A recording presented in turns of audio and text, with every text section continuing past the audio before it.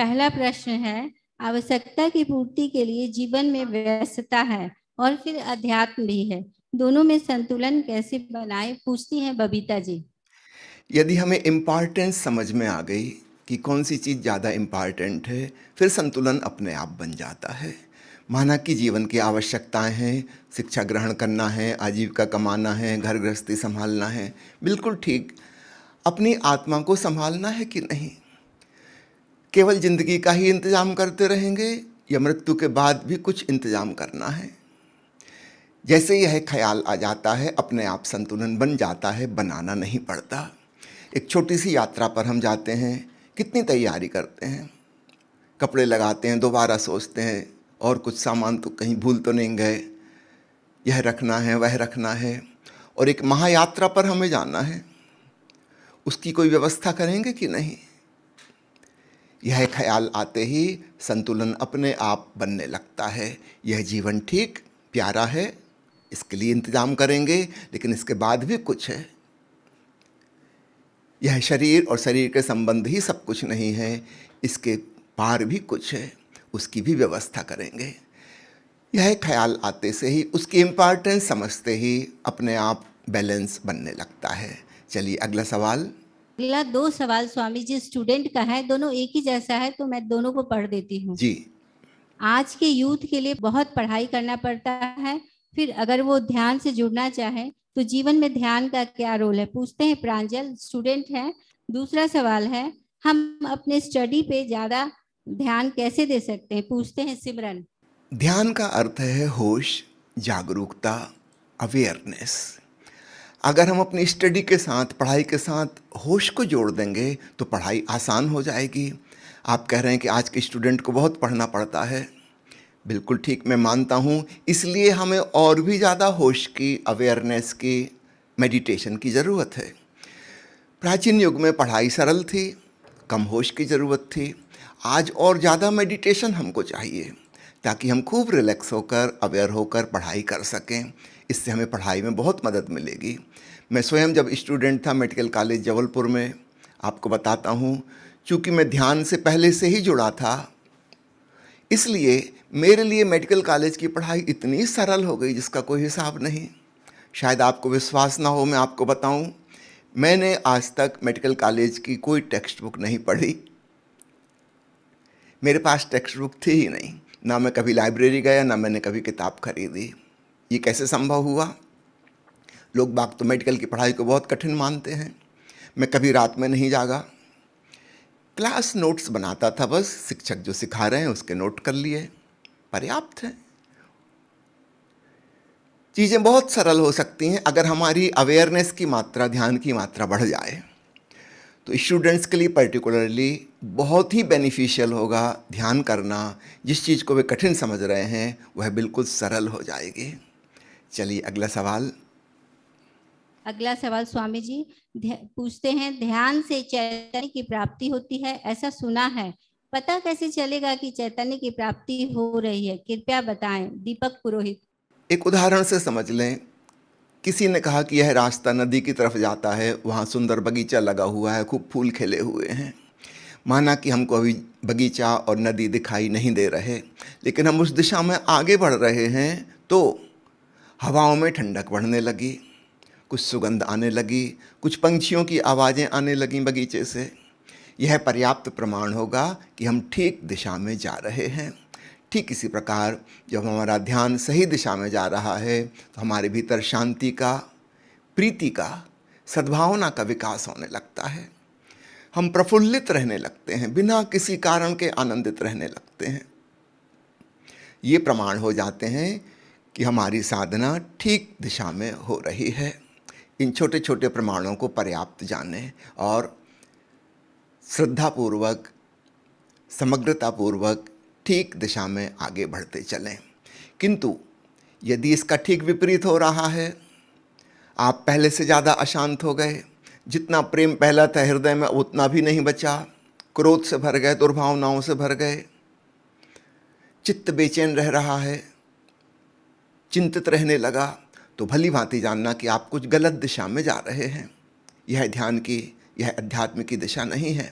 तब हमें सजग होकर अपनी दिशा परिवर्तित करनी होगी, सम्यक मार्ग खोजना होगा। ठीक है रश्मि जी, अगला सवाल। आध्यात्मिक मार्ग की बाधाएं क्या है, पूछती है खुशबू, हाउसवाइफ है। अध्यात्म मार्ग की सिर्फ एक बाधा है, वो है हमारी बहिर्मुखता की आदत।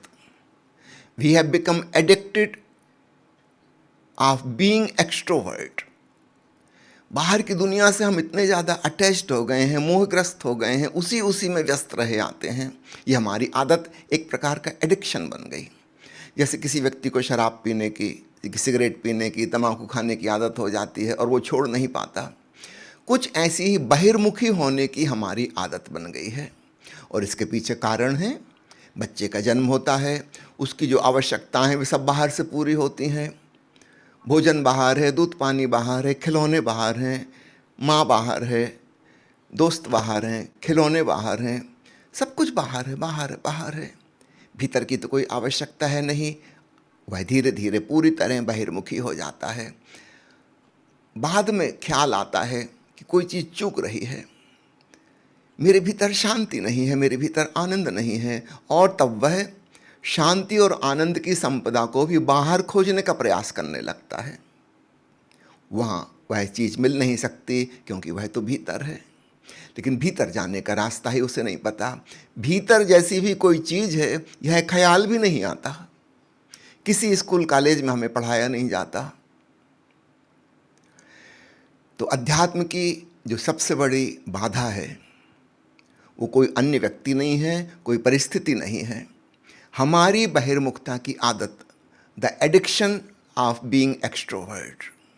बस इसके प्रति जाग जाएं और समझ के जागें। कोई ज़बरदस्ती अपने साथ नहीं करना है। यह बात समझ लें कि जिस शांति को, आनंद को, आत्मज्ञान को हम खोज रहे हैं, परमात्मा को, सच्चिदानंद को खोज रहे हैं, वह भीतर है।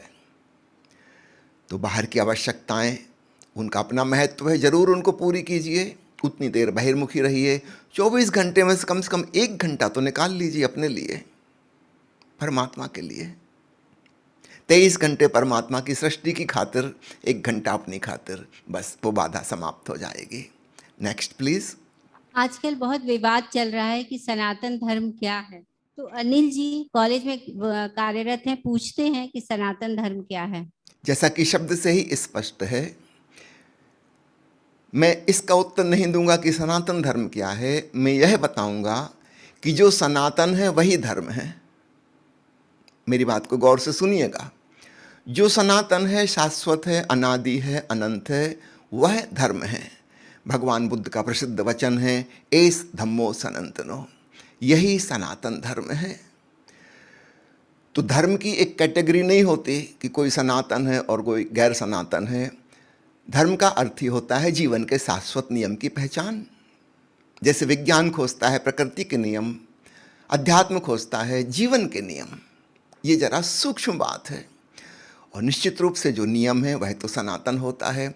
बाहर के जगत में भी, उदाहरण के लिए गुरुत्वाकर्षण का नियम है। जब न्यूटन के बाप दादे भी पैदा नहीं हुए तब भी था। पूरी मनुष्य जाति भी नहीं रह जाएगी अगर कभी, तब भी गुरुत्वाकर्षण होगा। वो सनातन है। तो कुछ चीज़ें हैं टेम्पोरल, अभी हैं, अभी नहीं हो जाएंगी। बाहर के जगत में जिन चीज़ों को हम जानते हैं ये क्षणिक हैं, लहर की भांति हैं, उठती हैं, गिरती हैं, बनती हैं, मिटती हैं। लेकिन लहरों के नीचे एक सागर है, ये उसी सागर में उठती गिरती हैं। वो जो सागर होना है वह सनातन होना है। तो हमारे जीवन में भी 2 तल हैं। एक हमारा सुपरफिशियल लाइफ पैटर्न है, बाहर बाहर का, ऊपर ऊपर का जीवन। वो लहरों की भांति आता और जाता है। वहाँ सब कुछ टेम्पररी है, कुछ भी इटर्नल नहीं है। लेकिन भीतर गहराई में जाएं, वहाँ हम पाते हैं अपने चैतन्य को, ओंकार को, आनंद को, दिव्य स्वरूप को। वह सनातन है। तो उसे जानने का मार्ग सनातन धर्म कहलाता है। धर्म केवल सनातन ही होता है, इससे भिन्न नहीं हो सकता। चलिए अगला सवाल। हम साधना के लिए रजनीश फ्रेग्रेंस को क्यों चुने, विमलेश सिंह पूछते हैं। नहीं, हम आपसे आवेदन नहीं कर रहे, निवेदन नहीं कर रहे कि रजनीश फ्रेग्रेंस को चुने। जहाँ आपका भाव लग जाए, साधक को जिज्ञासु को सब तरफ खोजना चाहिए, हर जगह जाना चाहिए, न जाने कहाँ उसका हृदय से हृदय का नाता बन जाए। एक बार जब नाता जुड़ जाए फिर वहाँ पर स्थिर हो जाना चाहिए। जब तक उसे लगे कि कुछ मिल रहा है तब तक वहाँ रहे। जब उसे लगे कि नहीं अब कुछ नहीं मिल रहा, नमस्कार करके धन्यवाद दे के विदा हो जाना चाहिए। एक सच्चे जिज्ञासु को, सच्चे साधक को ऐसा होना चाहिए। मैं आपसे आग्रह नहीं करता कि आप हमसे जुड़ें, नहीं, बड़ी दुनिया है, न जाने कहाँ क्या क्या हो रहा है। सब जगह जाइए, समझिए, प्रयोग करके देखिए। हो सकता है किसी की बातें बहुत अच्छी हों लेकिन उनका पालन करना असंभव हो, आप कर ही ना सकें। ऊंचे ऊंचे आदर्श, बड़े बड़े नारे सुनने में बड़े प्रीतिकर लगते हैं, अहंकार को पुष्ट करते हैं, लेकिन कहीं ले जाते नहीं हैं। तो ख्याल रखिएगा, जाइए, खोजिए और जो कहा जा रहा है उस पर अमल कीजिए। तभी आपको पता चलेगा कि कोई गुरु सच्चा गुरु है या नहीं है।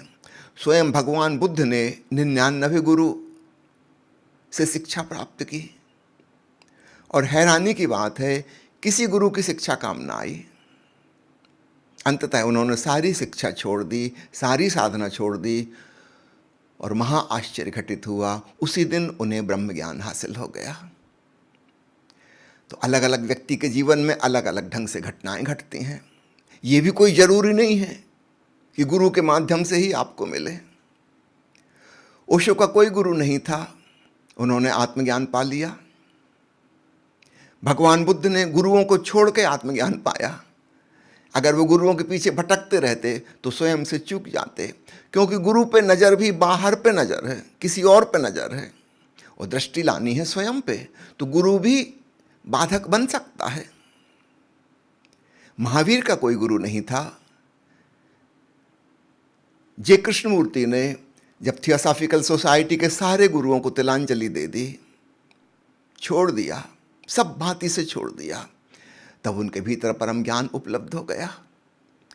थियोसॉफिकल सोसाइटी वाले जो सिखा रहे थे उसको सीख सीख के कुछ भी हासिल ना हुआ। मैं नहीं जानता आपको किस भांति प्राप्त होगा। आपको स्वयं ट्रायल एंड एरर, खुद ही प्रयास करना होगा, ढूंढना होगा, निष्ठापूर्वक खोजना होगा। हो सकता है किसी गुरु के माध्यम से हो जाए, हो सकता है बिना गुरु के हो जाए, हो सकता है कई गुरुओं के पास भटकने के बाद फिर स्वयं से हो जाए। कुछ भी कहा नहीं जा सकता। आपको खुद ही ईमानदारी के संग कोशिश करनी होगी। तो मेरा कोई आग्रह नहीं है कि आप रजनीश फ्रेग्रेंस से जुड़ें। अगर आपकी मौज हो तो ज़रूर जुड़ें, नहीं तो बिल्कुल ना जुड़ें, कभी ना जुड़ें। असली बात है हृदय से हृदय का नाता जहाँ जुड़ जाए वहाँ बात बन जाती है। जैसे कोई कहे कि मैं युवा हो गया और अब प्रेयसी की तलाश में हूँ, क्या प्रमाण है प्रेयसी का, कौन होती है प्रेयसी, उसकी परिभाषा बताइए। नहीं, इस प्रकार की बात कोई नहीं करता। हम जानते हैं दुनिया में बहुत लोग हैं, मिलते जुलते, यहाँ वहाँ कहीं ना कहीं अचानक पहली नज़र का प्रेम हो जाता है। इसकी कोई पहले से तैयारी नहीं हो सकती, कोई शर्त नहीं हो सकती, कोई परिभाषा नहीं हो सकती। किसी से पूछ के हम जान नहीं सकते कि कहाँ मिलेगी प्रेयसी। नहीं, इस प्रकार नहीं होता। लेकिन प्रेम घटता है, अनायास घटता है। कई बार ऐसी जगह होता है जहाँ कभी सोचा भी ना था। हो सकता है समाज परिवार सब खिलाफ हो जाएं, उनकी सोच और कल्पना के बाहर हो गई ये बात, आपकी भी कल्पना के बाहर हो गई बात, लेकिन वो सच्चा प्रेम है। अगर आप हिसाब किताब लगा के प्रेम करेंगे तो भली भांति जानना वो प्रेम होगा ही नहीं।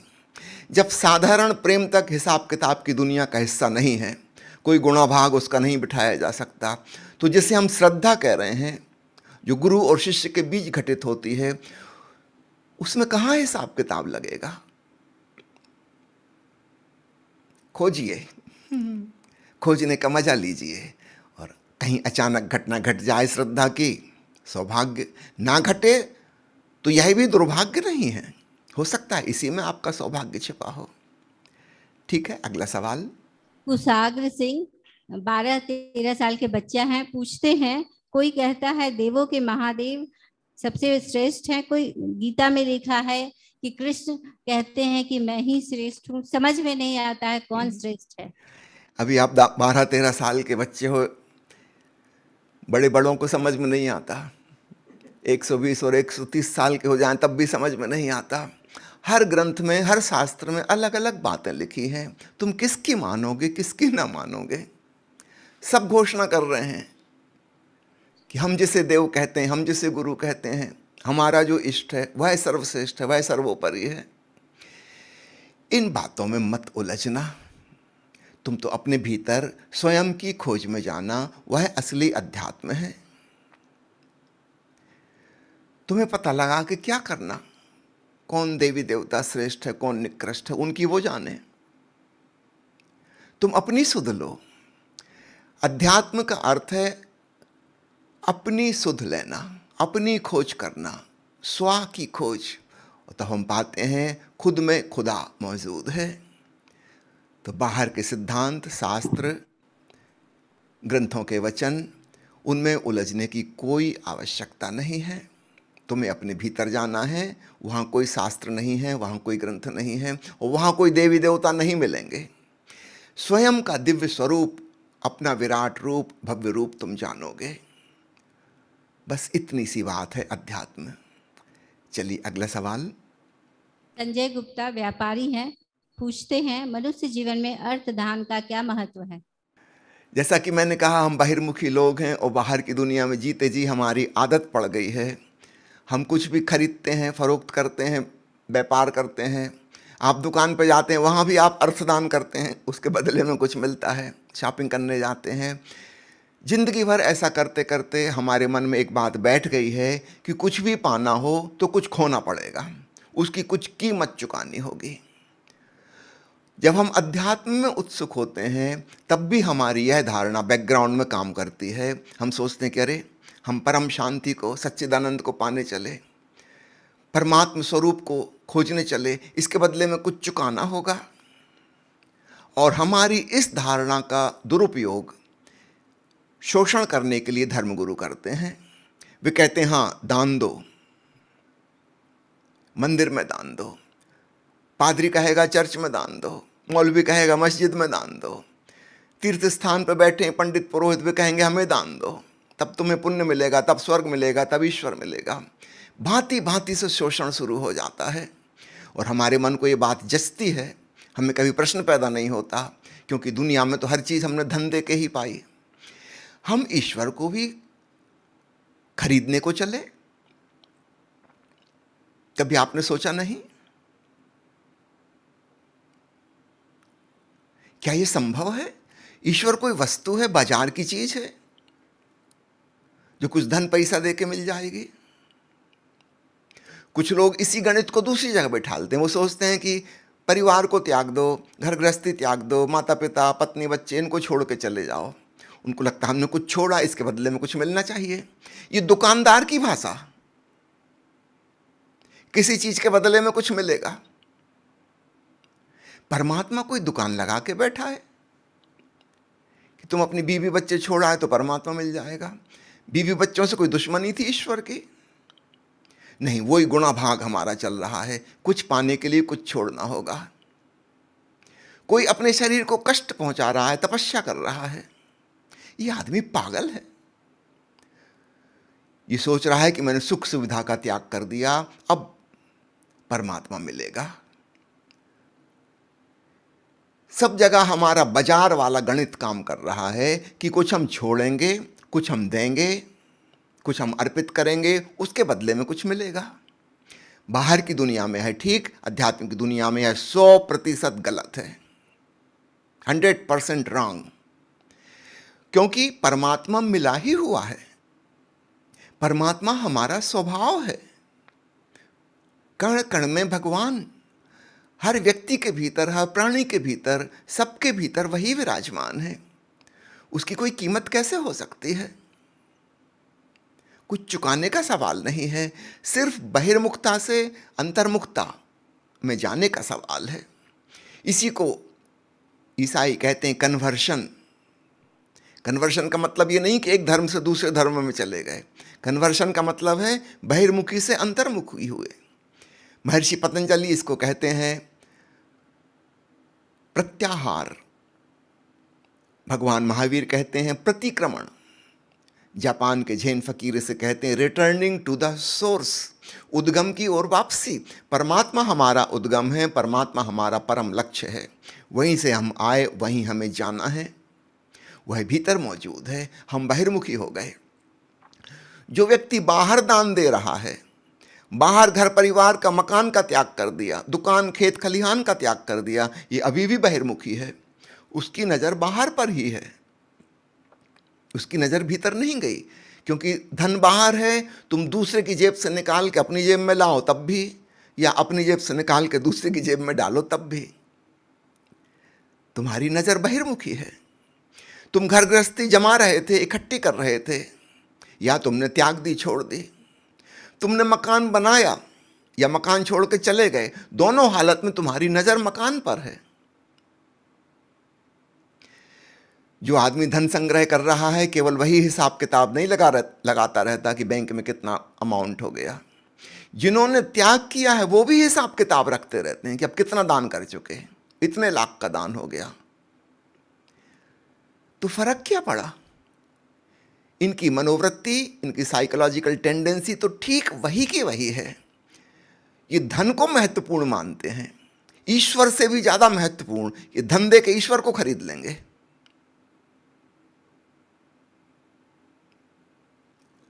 क्षमा कीजिए, अर्थदान का अध्यात्म में कोई महत्व नहीं है। हाँ, बाहर की दुनिया में महत्व हो सकता है। आप किसी सामाजिक कार्य के लिए, किसी अच्छे कार्य के लिए दान दे रहे हैं, अच्छी बात है, लेकिन इससे परमात्मा नहीं मिल जाएगा, इससे स्वर्ग में आपकी सीट बुक नहीं हो जाएगी। इस गलतफहमी में मत रहना। चलिए अगला सवाल। अगला सवाल इसी से संबंधित है। परिवार में रहकर आध्यात्म को कैसे जाना जाए, कृपया मार्गदर्शन करें, पूछते हैं स्वामी बिंदु सिंह। परिवार में रहकर आध्यात्मिक होना बहुत आसान है। बस एक छोटी सी बात पकड़ लीजिए, उसके दो पहलू हैं। अध्यात्म के भी दो पक्ष हैं, एक है ध्यान, दूसरा है प्रेम। Meditation and lovingness. मेडिटेशन का प्रयोग तो हम कहीं भी कर सकते हैं, एकांत में जंगल की गुफा में भी जाकर कर सकते हैं, लेकिन प्रेम, सद्भावना का प्रयोग कहाँ करेंगे? उसके लिए परिवार से अच्छी कोई व्यवस्था नहीं हो सकती। यहाँ पर लगातार परीक्षा होती रहेगी कि वास्तव में आप प्रेमपूर्ण हैं या नहीं हैं। ध्यान कर रहे हैं, उसका फल कुछ प्राप्त हुआ कि नहीं? भीतर चेतना का परिष्कार और भावनाओं का शुद्धिकरण हुआ कि नहीं? कुछ भावनाओं का निखार हुआ कि नहीं? सामान्यतः हमारे भीतर मिश्रित भावनाएं हैं, दुर्भावनाएं हैं, काम, क्रोध, लोभ, मोह, ईर्ष्या, द्वेष इत्यादि इत्यादि, और सद्भावनाएं भी हैं। जैसे जैसे हम ध्यान में डूबेंगे, हमारे भीतर सद्भावनाओं का विकास होने लगेगा। प्रेम, मैत्री भाव, सहयोग की भावना, करुणा, दया, ममता, धन्यवाद का भाव, अनुग्रह भाव, प्रसन्नता का भाव, आनंद भाव, ये बढ़ने लगेंगे। लेकिन इन भावनाओं का पता तो इंटरेक्शन में चलता है, संबंधों में पता चलता है। जो व्यक्ति भाग के जंगल की गुफा में छुप के बैठा है, उसे तो पता ना चलेगा।